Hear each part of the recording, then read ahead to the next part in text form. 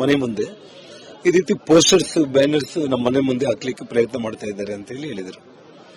ಇಷ್ಟೊತ್ತರೊಳಗಡೆ ನಾನು ಶ್ರೀರಾಮುಲು ಅವರಿಗೆ ಫೋನ್ ಮಾಡಿದ್ದೆ. ನಾನು ಶ್ರೀರಾಮುಲು ಮನೆಯಲ್ಲೇ ಇದ್ರು. ತಕ್ಷಣ ಶ್ರೀರಾಮುಲು ಅಲ್ಲಿಗೆ ಬಂದ್ಬಿಟ್ಟು ಅಲ್ಲ ಅವನು ಸತೀಶ್ ರೆಡ್ಡಿ ಅವನಿಗೆ ಹೇಳಿದ್ದಾರೆ, ಈ ರೀತಿ ಮನೆ ಮುಂದೆ ಬಂದು ನೀನು ಗಲಾಟೆ ಮಾಡ್ತಾ ಇರೋದು ಕರೆಕ್ಟ್ ಅಲ್ಲ, ನೀನು ಫಸ್ಟ್ ಇಲ್ಲಿಂದ ಹೋಗು ಅಂತ ಹೇಳಿ. ಅಷ್ಟೊತ್ತರೊಳಗಡೆ ಪೊಲೀಸರು ಕೂಡ ಅವನು ಇಲ್ಲಿಗೆ ಬಂದು ಅರ್ಧ ಗಂಟೆ ಮುಕ್ಕಾಲು ಗಂಟೆ ಆದ್ರೂ ಕೂಡ ಪೊಲೀಸರು ಬಂದಿಲ್ಲ. ಯಾವಾಗ ಶ್ರೀರಾಮುಲು ಅವ್ರ ಗಮನಕ್ಕೆ ಬಂತು, ಶ್ರೀರಾಮುಲು ಪೊಲೀಸರಿಗೂ ತಿಳಿಸಿದ್ರು ಮತ್ತು ಶ್ರೀರಾಮುಲು ಕೂಡ ಸೈಟಿಗೆ ಬಂದ. ಶ್ರೀರಾಮುಲು ಇರೋ ಟೈಮ್ನಲ್ಲಿ ಪೊಲೀಸರು ಕೂಡ ಇದ್ದಾರೆ. ಅವನಿಗೆ ಸತೀಶ್ ರೆಡ್ಡಿಗೆ ಅವ್ರಿಗೆಲ್ಲರಿಗೂ ಕೂಡ ಇಲ್ಲಿಂದ ನೀವು ಜಾಗ ಖಾಲಿ ಮಾಡಿ, ಒಬ್ಬ ದೊಡ್ಡ ನಾಯಕ ಜನಾರ್ದನ್ ರೆಡ್ಡಿ ಅವ್ರ ಮನೆ ಮುಂದೆ ಬಂದು ಈ ರೀತಿ ನೀವು ಗಲಾಟೆ ಮಾಡೋ ಪ್ರಯತ್ನ ಮಾಡ್ತೀರಿ ಅಂದ್ರೆ ಇದು ಕರೆಕ್ಟ್ ಅಲ್ಲ ಅಂತೇಳಿ ಪೊಲೀಸರಿಗೆ ಅವನಿಗೆ ಇಬ್ಬರು ಹೇಳಿದ್ದಾರೆ. ಆದ್ರೂ ಕೂಡ ಬೇಕಂತೇಳಿ ಅವನು ರೋಡಲ್ಲಿ ನಾನು ಸ್ಟ್ರೈಕ್ಗೆ ಕೊಡ್ತೀನಿ ಅಂತೇಳಿ ಒಂದು ನೆಪದಲ್ಲಿ ಸ್ಟ್ರೈಕ್ ಅಂತೇಳಿ ಕುತ್ಕೊಂಡಿದ್ದಾನೆ ಸತೀಶ್ ರೆಡ್ಡಿ. ಅಷ್ಟೊಂದರೊಳಗಡೆ ದೊಡ್ಡ ಸಂಖ್ಯೆಯಲ್ಲಿ ನೂರಾರು ಸಂಖ್ಯೆಯಲ್ಲಿ ಜನಗಳನ್ನ ಕರೆಸ್ಕೊಂಡಿದ್ದಾರೆ. ಕರೆಕ್ಟ್ ಆಗಿ ನಾನು ಗಂಗಾವತಿಯಿಂದ ಬಂದು ಕಾರಲ್ಲಿ ನಾನು ಇಳಿತಾ ಇದ್ದೀನಿ. ನಾನು ಜನಾರ್ದನ್ ರೆಡ್ಡಿ ಅವರು ಬಂದ್ರು ಅಂತ ಕೂಗ್ತಾ ಇದ್ರೆ ನಾನೇನ್ ಅನ್ಕೊಂಡೆ, ನಮ್ಮ ಹುಡುಗರು ಜನಾರ್ದನ್ ರೆಡ್ಡಿ ಸರ್ ಬಂದ್ರು ಅಂತೇಳಿ ಕೂಗ್ತಾ ಇದ್ದಾರೆ ಸಹಜವಾಗಿ ಅಂತ ನಾನು ಅನ್ಕೊಂಡೆ.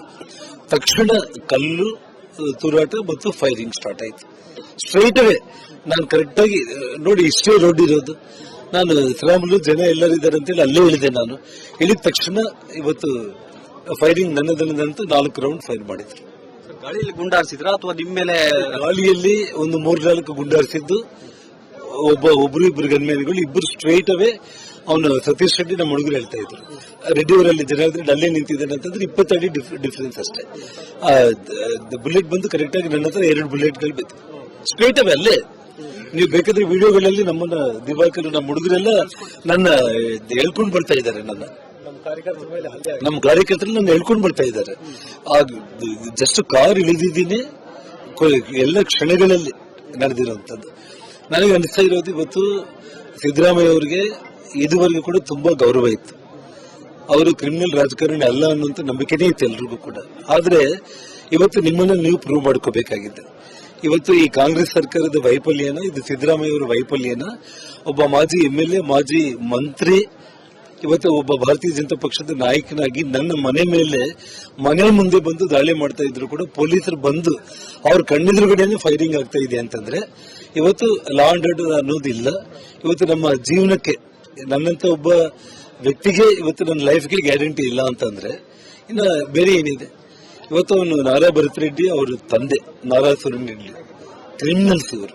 ಅವರಪ್ಪ ಕ್ರಿಮಿನಲ್ ಅಂತಂದ್ರೆ ಬಳ್ಳಾರಿಯಲ್ಲಿ ನಿಮಗೆ ಅದು ಮಾಡಬಾರ್ದ ಕೆಲಸಗಳೆಲ್ಲದನ್ನ ಕೂಡ, ಅಂದ್ರೆ ಕೆಲವೊಬ್ಬರನ್ನ ಅಡ್ಡ ಇಟ್ಕೊಂಡು ಅವರಿಗೆ ಫೈನಾನ್ಸ್ ಮಾಡಿ ಅವ್ರ ಮೂಲಕ ಜನಗಳನ್ನ ಸಾಯಿಸೋದು ಬಳ್ಳಾರಿ ಭಯಂಕರವಾಗಿತ್ತು. ಅಂತ ಒಬ್ಬ ವ್ಯಕ್ತಿನ ನಾವು ಮನೆಯಲ್ಲಿ ಕೊಡಿಸಿದ್ದು ಒಂದು ಅನುಭವ.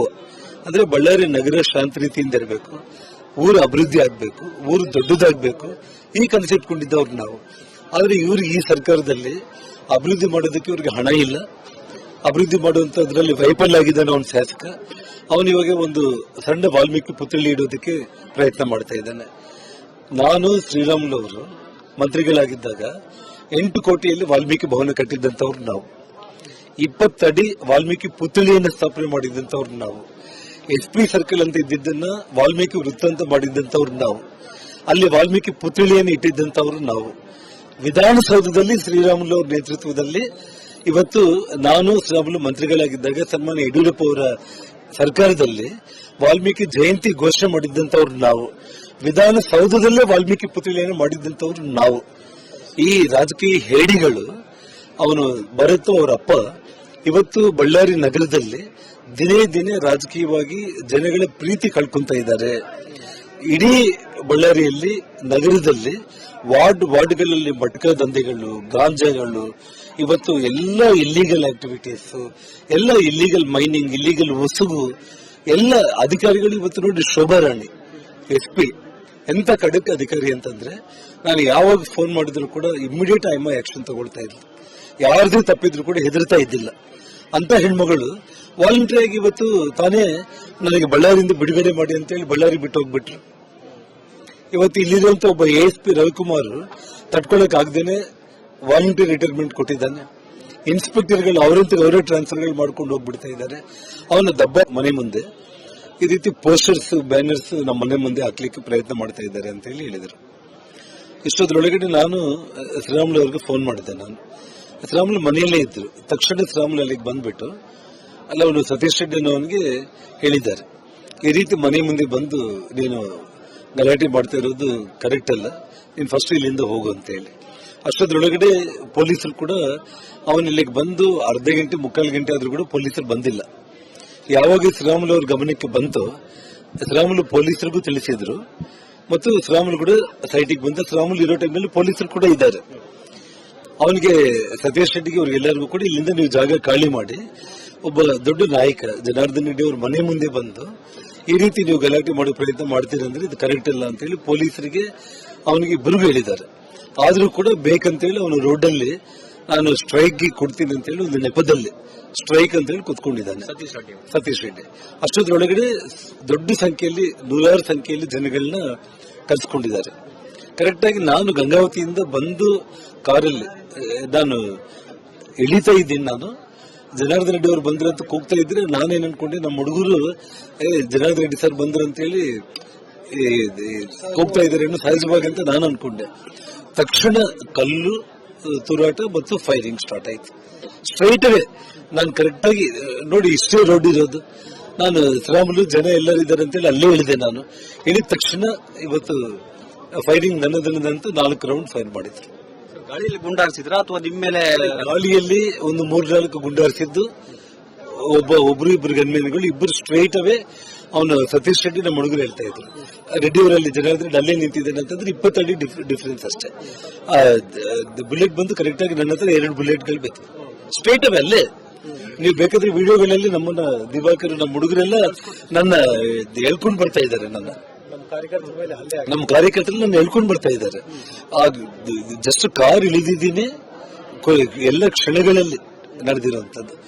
ನನಗೆ ಅನಿಸ್ತಾ ಇರೋದು, ಇವತ್ತು ಸಿದ್ದರಾಮಯ್ಯ ಅವರಿಗೆ ಇದುವರೆಗೂ ಕೂಡ ತುಂಬಾ ಗೌರವ ಇತ್ತು.